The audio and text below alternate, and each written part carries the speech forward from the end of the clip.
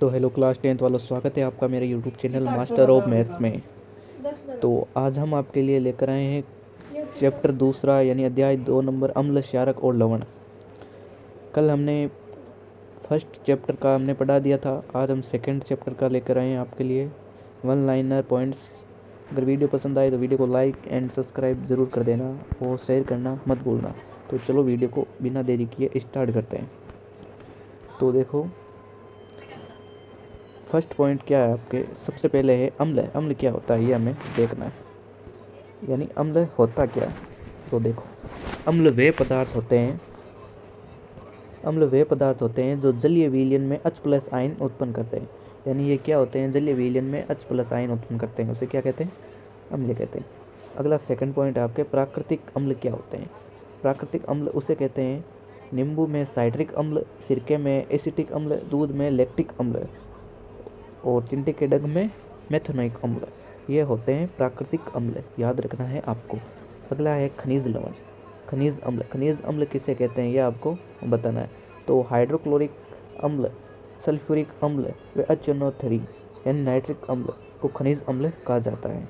अगला पॉइंट है आपका, अम्ल का स्वाद खट्टा होता है और ये नीले लिटमस को लाल कर देता है। यानी अम्ल का स्वाद, आपको एक ट्रिक बताता हूँ इससे याद करने के लिए।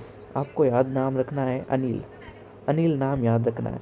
यानी ए से अम्ल, नीले, ने से नीले, लाल, यानी अम्ल नीले लिटमस पत्र को लाल कर देते हैं। ये आपको अनिल नाम याद रखना है, ट्रिक है आपके लिए। अगला है आपके सक्रिय, अगला है आपके सक्रिय धातुओं के साथ अभिक्रिया, सक्रिय धातुओं के साथ अभिक्रिया।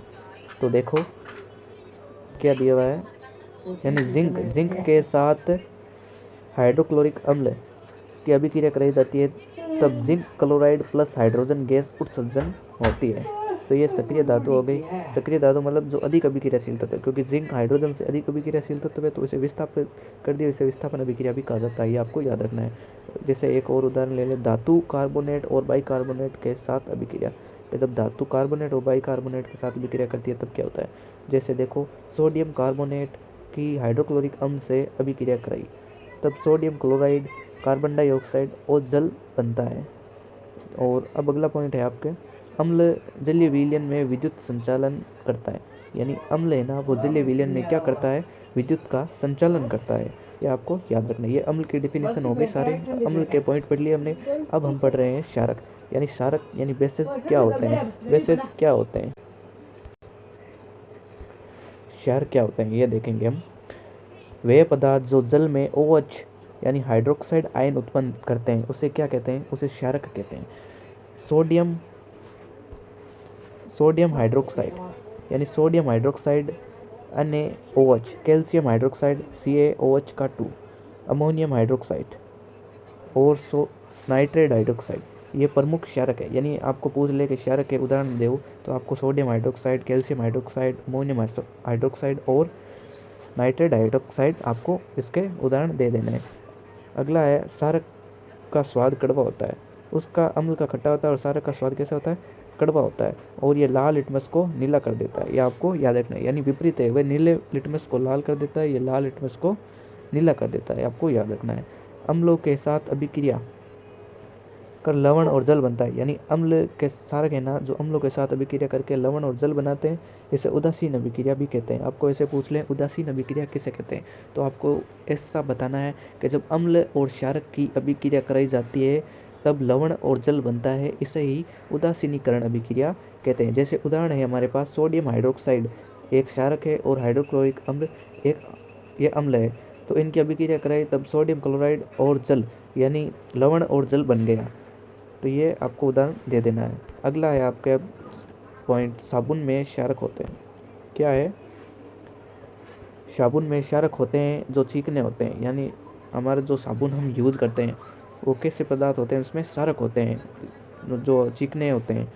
अगला है अम्ल क्षारक संकेत, यानी अम्ल क्षारक संकेत क्या होते हैं, इंडिकेटर्स, वो हम आपको बताएंगे। आपको वीडियो पसंद आ रहा है तो वीडियो को शेयर, सब्सक्राइब, लाइक एंड ज़रूर कर देना। संकेत वे पदार्थ होते हैं जो अम्ल या क्षारक के साथ रंग बदलते हैं। संकेत क्या होते हैं, जो अम्ल और क्षारक के साथ क्या बदलते हैं, रंग बदलते हैं। प्राकृतिक संकेत, आपको पूछ ले प्राकृतिक संकेत कौन कौन से, तो आपको बताना है हल्दी, लिटमस पत्र और पत्ता गोभी, ये कैसे संकेत है, ये प्राकृतिक संकेत हैं। अगला है कृत्रिम संकेत। कृत्रिम संकेत किससे कहते हैं, ये आपको बताना है। मिथाइल, ऑरेंज और फिनोप्थलीन ये इसके उदाहरण हैं, ये आपको याद रखना है। अब है आपके लिटमस,